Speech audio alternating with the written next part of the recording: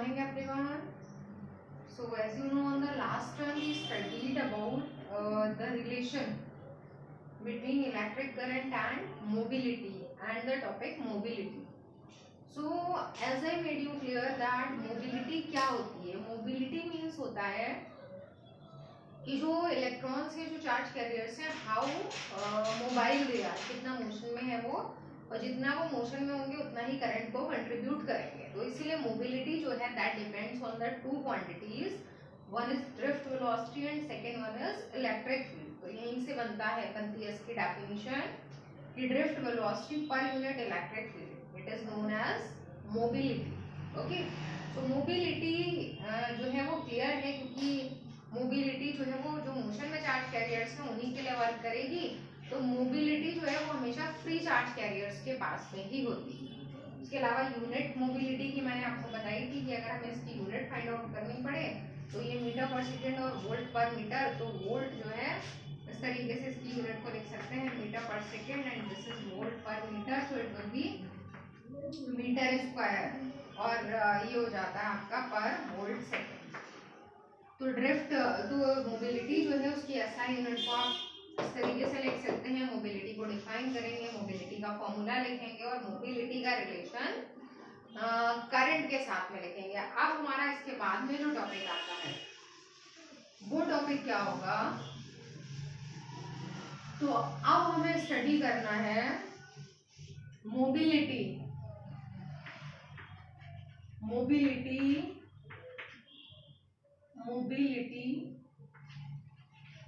का रिलेशन हमें स्टडी करना है. मोबिलिटी को हमें स्टडी करना है सेमीकंडक्टर के केस में. ठीक है, so mobility of charge carriers in case of semiconductor. Mobility in case of semiconductor. तो जो सेमीकंडक्टर्स होते हैं उन सेमीकंडक्टर्स में दो टाइप के चार्ज कैरियर्स मोबाइल कंसिडर किए जाते हैं. तो जैसे मेटल्स की बात करें तो मेटल्स में जो है वो इलेक्ट्रॉन फ्री चार्ज कैरियर जो है वो मोशन में होते हैं, और दूसरा जो जिससे वो निकल कर आते हैं पॉजिटिव आयन होता है.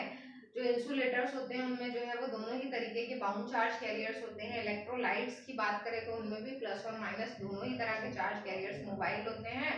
और सेमीकंडक्टर में भी यही प्रोसेस है कि सेमीकंडक्टर में माना जाता है कि इलेक्ट्रॉन जो फ्री चार्ज कैरियर है जो चल रहा है वो इलेक्ट्रॉन जिस प्लेस से निकल कर आया है, इलेक्ट्रॉन ने जो खाली जगह छोड़ी जिसको हम यहाँ पर मेटल्स में पॉजिटिव आयन कहते हैं कि उसने एटम को आयन में कन्वर्ट कर दिया.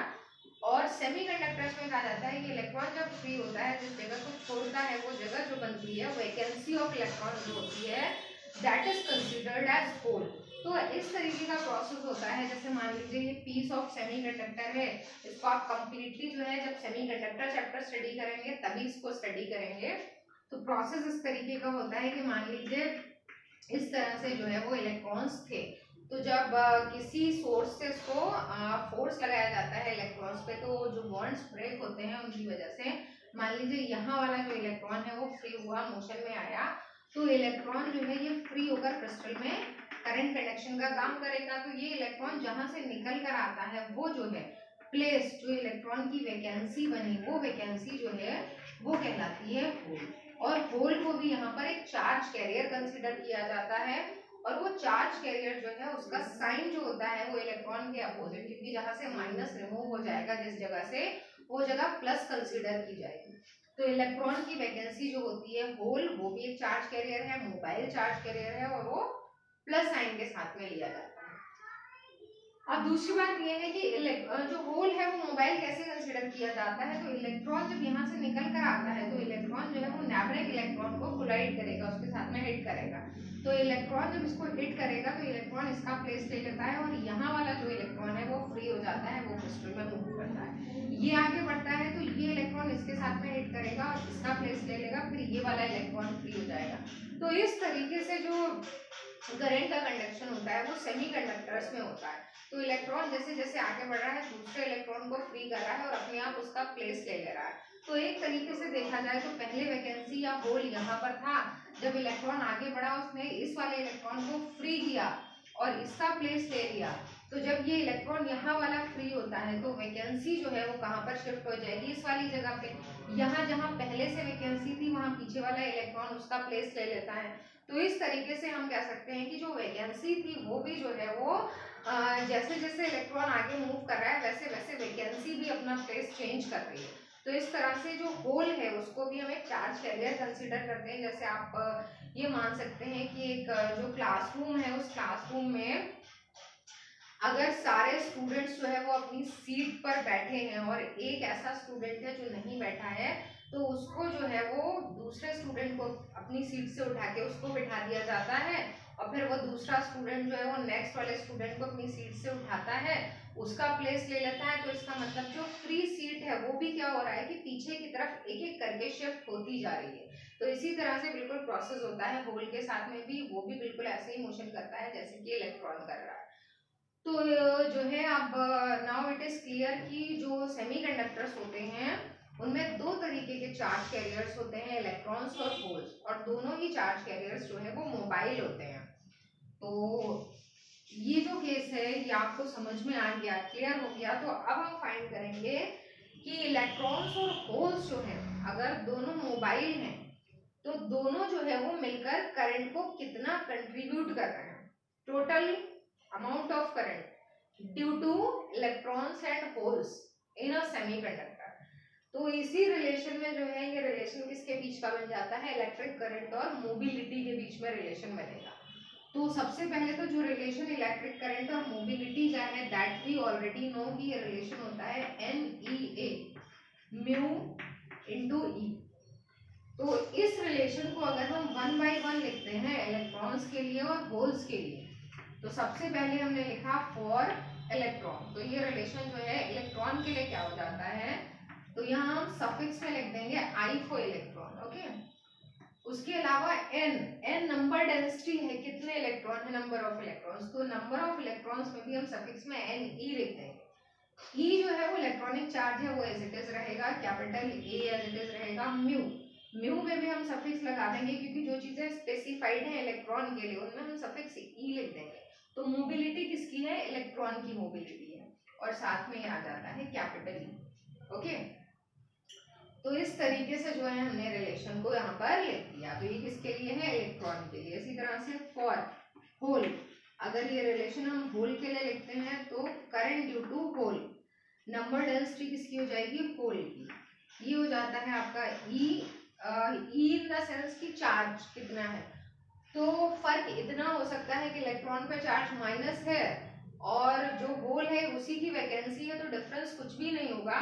बस डिफरेंस इस बात का है कि वो उसको हम पॉजिटिव कंसीडर करते हैं क्योंकि वो इलेक्ट्रॉन का की वैकेंसी है, इलेक्ट्रॉन का छोड़ा हुआ प्लेस है।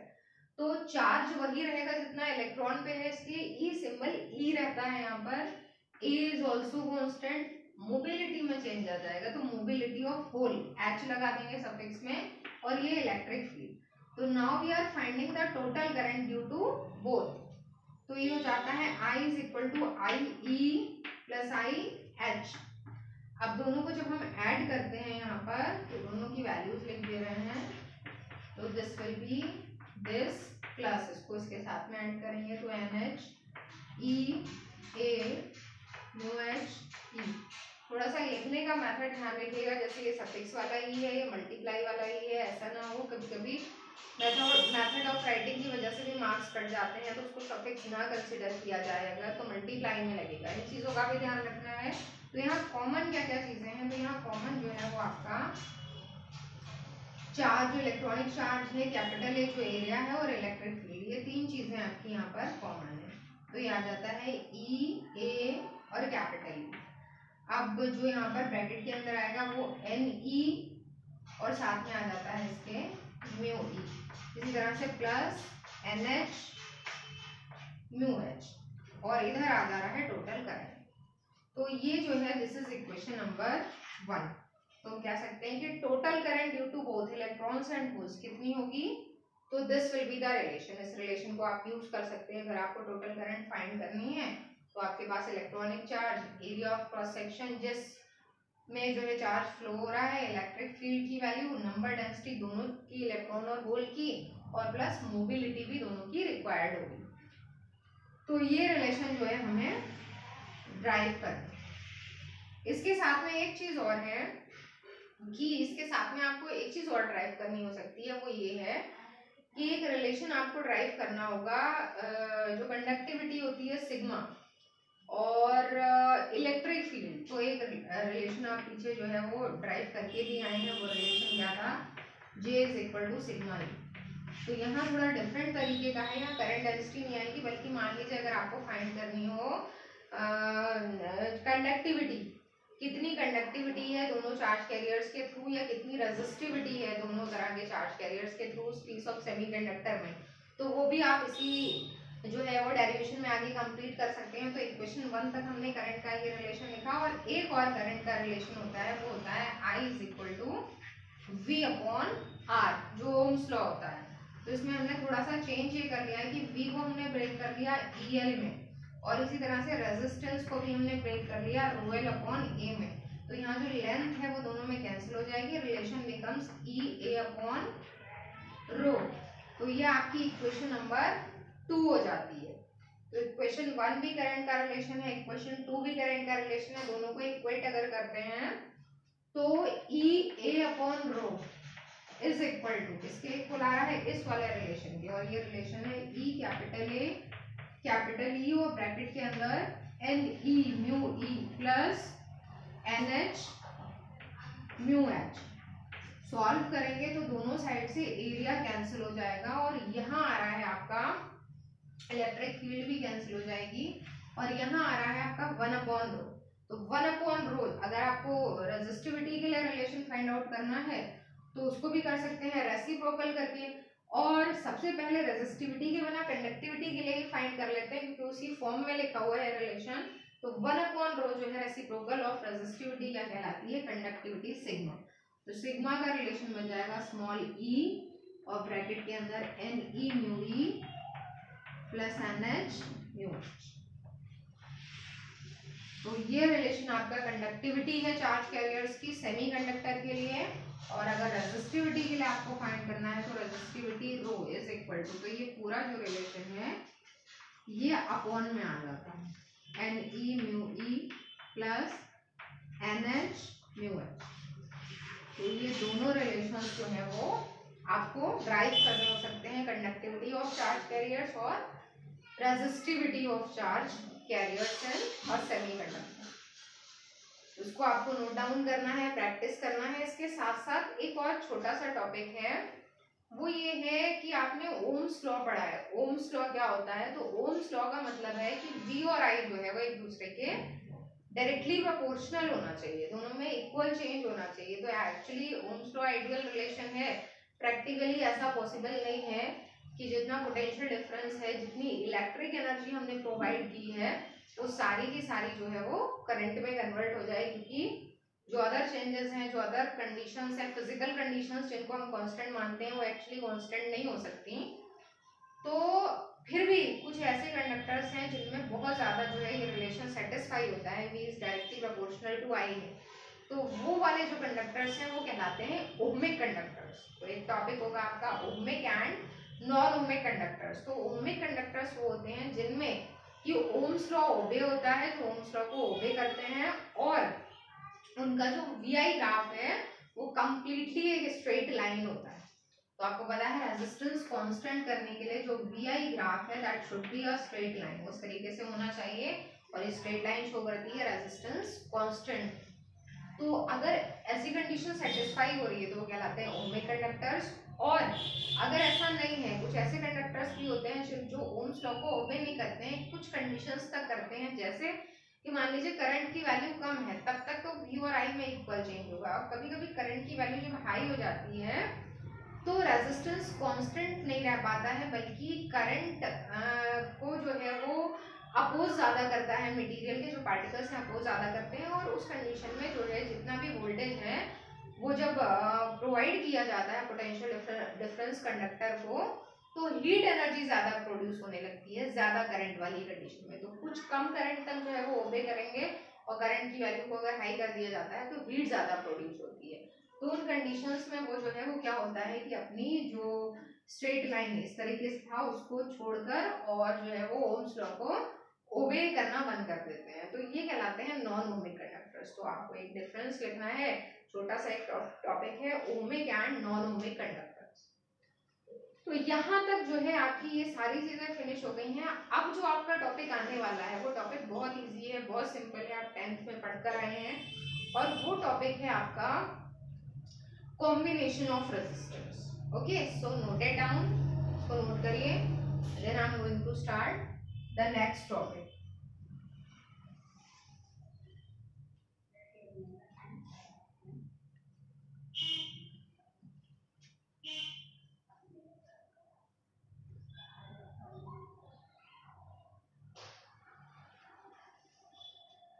So in the next topic combination of resistors, I think कि आपको सिर्फ जो है वो रिकॉल ही करना पड़ेगा, क्योंकि उसमें जो टॉपिक है वो आपका स्टडीड है, और जैसे जैसे आप उसको दोबारा से पढ़ेंगे, रिवाइज करेंगे, तो वो और अच्छा समझ में आता जाएगा। तो कॉम्बिनेशन ऑफ रेजिस्टर्स का मतलब है, सबसे पहले तो कॉम्बिनेशन ऑफ रेजिस्टर्स क्या होता है और दूसरी बात उसकी नीड की क्या है, उसके बाद बाकी चीजें आती हैं। तो कॉम्बिनेशन ऑफ रेजिस्टर्स का मतलब जो आपने पढ़ा है कि रेजिस्टेंस जो डिवाइसेस प्रोवाइड कर रहे हैं वो रेजिस्टर कहलाती हैं।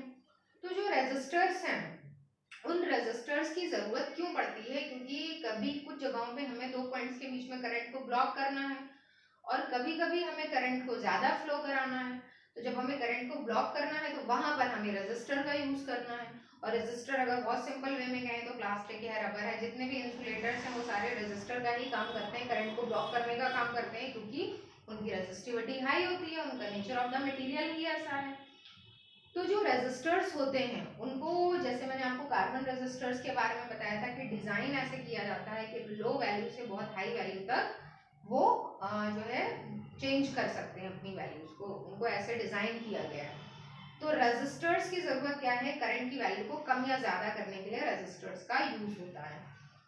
दूसरी बात यह है कि कॉम्बिनेशन जो है कैसे किया जाता है, तो रेजिस्टर्स में करंट की वैल्यू को बढ़ाने के लिए क्या करेंगे, तो जैसा कि आपको पता है ये रेजिस्टेंस जो है वो लेंथ के डायरेक्टली प्रोपोर्शनल है। तो अब ऐसा तो नहीं कर सकते कि एक बहुत बड़ी लेंथ का वायर, जैसे कोई ऐसा वायर है जिसकी रेजिस्टिविटी ज्यादा है जिस मटेरियल की, तो उसका बहुत बड़ा वायर अगर हम यूज कर लें तो वो जो है वायर जो है वो इजी टू यूज नहीं रहेगा। अगर हमें ऐसी डिवाइस बनानी है जिसमें एक बहुत लेंथी सा वायर हो तो उसको आसानी से यूज नहीं कर सकते। तो बहुत लेंथी सा वायर बनाने की जगह अगर यही कंडीशन सेटिस्फाई करानी है कि R is directly proportional to L, तो क्यों ना ऐसा किया जाए कि वही जो मटेरियल जो रेजिस्टेंस प्रोवाइड कर रहा है उसके छोटे छोटे पीस को ऐसे लेंथ वाइज ज्वाइन कर दें, क्योंकि हम लेंथ कैसे बढ़ाते हैं वायर की, हम इसी तरह से एक ज्वाइंट लगा के और सीधे सामने दूसरे जो है वो पीस ऑफ वायर जोड़ते जाते हैं। आपको पता है कि हम लेंथ बढ़ाने के लिए जब दूसरा पीस ऑफ वायर जोड़ेंगे तो नंबर ऑफ पार्टिकल्स बढ़ेंगे, वो ज्यादा से ज्यादा इलेक्ट्रॉन के मोशन का अपोज करेंगे, यही रेजिस्टेंस है। तो रेजिस्टेंस लेंथ पर डिपेंड करता है, तो इसका मतलब छोटे छोटे रेजिस्टर्स जो भी आपके पास अवेलेबल रेजिस्टर्स हैं उन रेजिस्टर्स को आपने ऐसे करके लेंथ वाइज जोड़ते चले गए, तो ये कहलाएगा कॉम्बिनेशन ऑफ रेजिस्टर्स। और इस कॉम्बिनेशन का नेट इफेक्ट क्या होगा, इस कॉम्बिनेशन की वजह से जो नेट रेजिस्टेंस होगा वो क्या होगा, बढ़ जाएगा, इंक्रीज हो जाएगा। तो वैसे तो हम प्रूफ करके दिखाएंगे कि कैसे इस तरह से नेट रेजिस्टेंस बढ़ जाता है, लेकिन ये आपके माइंड में है ऑलरेडी ये कॉन्सेप्ट कि हम ऐसे करके ऐड करेंगे तो नेट रेजिस्टेंस क्या होता है, बढ़ जाता है। तो एक जो है it is a type of combination of resistor, और ये वाला जो टाइप है ये कहलाता है series combination of resistors, series में ऐड करना है, एंड टू एंड करना है। उसके बाद दूसरा, अगर मान लीजिए आपके पास कुछ रेजिस्टर्स ऑलरेडी अवेलेबल हैं, उनमें जो सबसे छोटा रेजिस्टर है, जैसे मान लीजिए 2 ओम 4 ओम 6 ओम 8 ओम, सबसे छोटा कौन सा है, इनमें 2 ओम है, लेकिन आपको जो रेजिस्टेंस चाहिए वो 2 ओम से भी छोटा चाहिए। अब आपके पास उससे छोटा अवेलेबल नहीं है, तो फिर इन रेजिस्टर्स को कैसे करके ऐड करें कि रेजिस्टेंस की नेट वैल्यू घट जाए, जरूरी नहीं है बढ़ाना हो, घटाना भी हो सकता है।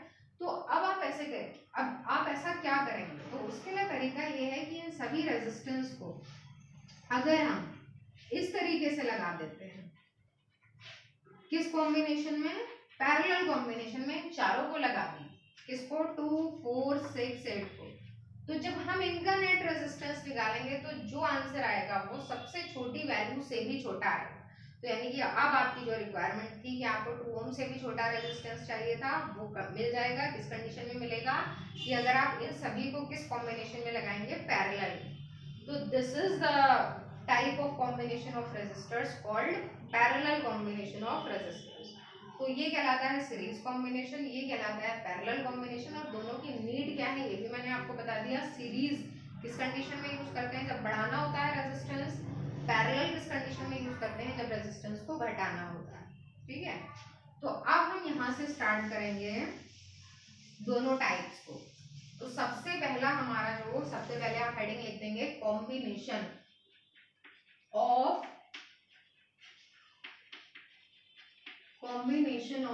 रेजिस्टर्स। और कॉम्बिनेशन ऑफ रेजिस्टर्स में आपको क्या करना है, सबसे पहले दोनों टाइप्स को लिख देना है। तो हम स्टार्ट करते हैं सीरीज कॉम्बिनेशन। सीरीज कॉम्बिनेशन, और सीरीज कॉम्बिनेशन में आप सबसे पहले बनाएंगे डायग्राम। तो जैसा मैंने बताया था, ये जो सिंबल है आपको पता है रेजिस्टेंस का सिंबल है।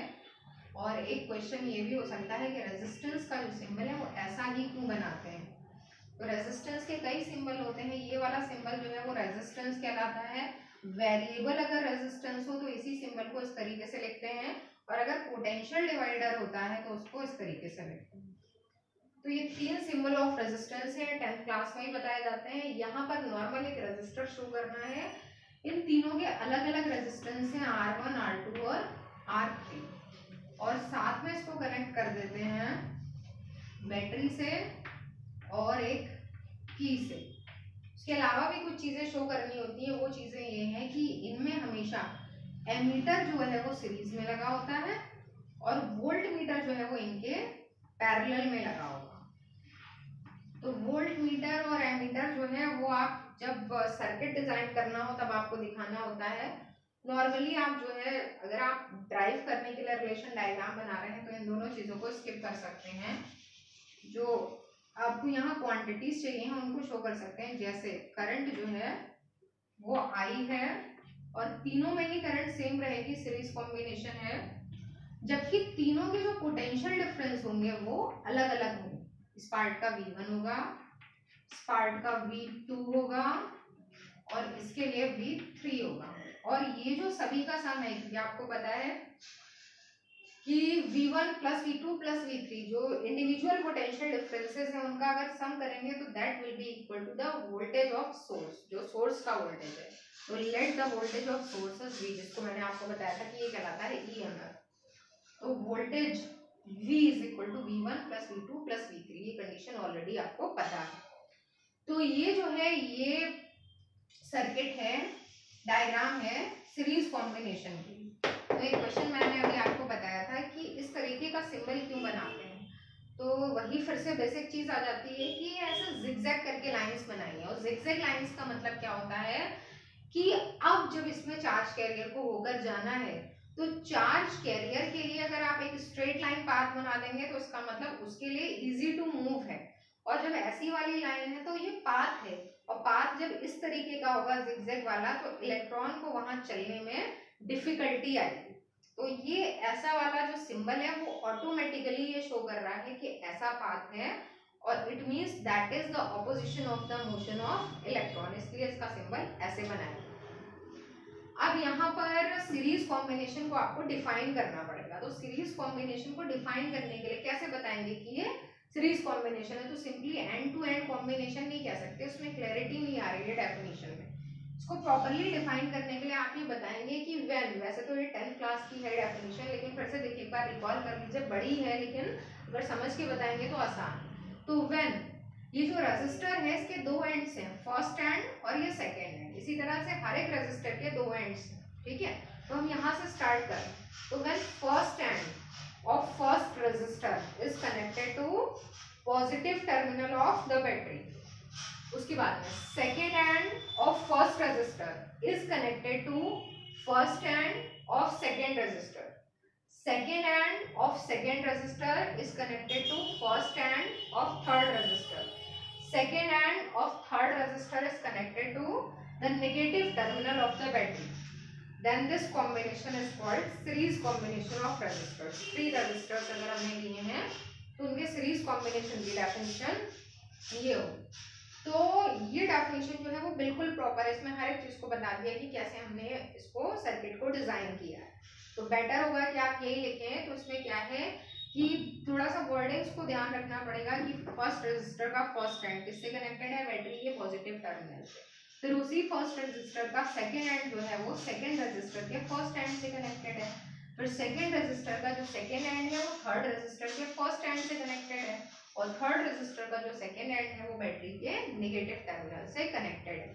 तो ये पूरा जो है वो हमारा कनेक्शन प्रोसेस यहाँ पर बता दिया गया। अब स्टार्ट करते हैं इसका डेरिवेशन। तो डेरिवेशन में आपको बताना पड़ेगा कि let the 3 resistances are R1, R2, R3 and the potential difference across these resistors are V1, V2, V3 respectively. Potential difference provided by the battery is V and the current flowing through all the resistors is same, that is I. तो सबसे पहले आपको क्या करना है, हर एक जो resistor है उसके लिए इंडिविजुअल पोटेंशियल डिफरेंस का रिलेशन लिख दिया। तो ओम्स लॉ से लिखते हैं V1 is equal to I R1, क्योंकि I कांस्टेंट है सभी के लिए। V2 क्या हो जाता है आपका I R2, इसी तरह से आपका V3 क्या हो जाएगा I R3। फिर जैसा कि आपको पता है कि नेट जो वोल्टेज है that is equal to V1 plus V2 plus V3। अब आपको क्या करना है, वैल्यूज पुट कर देनी है, ये I R1 प्लस ये I R2 plus I R3। फिर ये जो I है वो सभी में कॉमन है, तो R1 plus R2 plus R3। ये जो V है ये इधर अपॉन में आ जाता है, V अपॉन में is equal to R1 plus R2 plus R3। और ये जो V अपॉन I है ये किसका रिलेशन है, रेजिस्टेंस का रिलेशन है। तो वो वाला रेजिस्टेंस क्या कहलाएगा, वो कहलाएगा इक्विवेलेंट रेजिस्टेंस। तो equivalent resistance of the 3 resistors वो क्या होगा, algebraic sum of all the individual resistances. एक और तरीके से भी आप इसको कर सकते हैं, जैसे मैंने स्टेप में I कॉमन लेके इधर कर दिया, उसकी जगह ये भी कर सकते थे कि नेट जो वोल्टेज है, ये नेट वोल्टेज है लेफ्ट साइड में, तो नेट पोटेंशियल डिफरेंस जो है वो किसके इक्वल होगा, वो इक्वल होगा आपका net current into net resistance. तो नेट करंट I है जो यहाँ लिखा है, और नेट रेजिस्टेंस को हम क्या कहेंगे, इक्विवेलेंट रेजिस्टेंस। तो अगर हम इसकी जगह पे ये लिख देते हैं I इंटू R इक्विवेलेंट, तो दोनों साइड से I कैंसिल हो जाएगा और रिलेशन फिर से वही आ जाएगा। तो दोनों तरीके से आप इसको कर सकते हैं। तो अब ये जो रिलेशन आया, अब ये रिलेशन जो है इसके कंक्लूजन के 4 पॉइंट्स आपको लिखने हैं। तो पहला पॉइंट तो यही हो गया कि equivalent resistance of the combination of 3 resistors is equal to the algebraic sum of the individual resistances.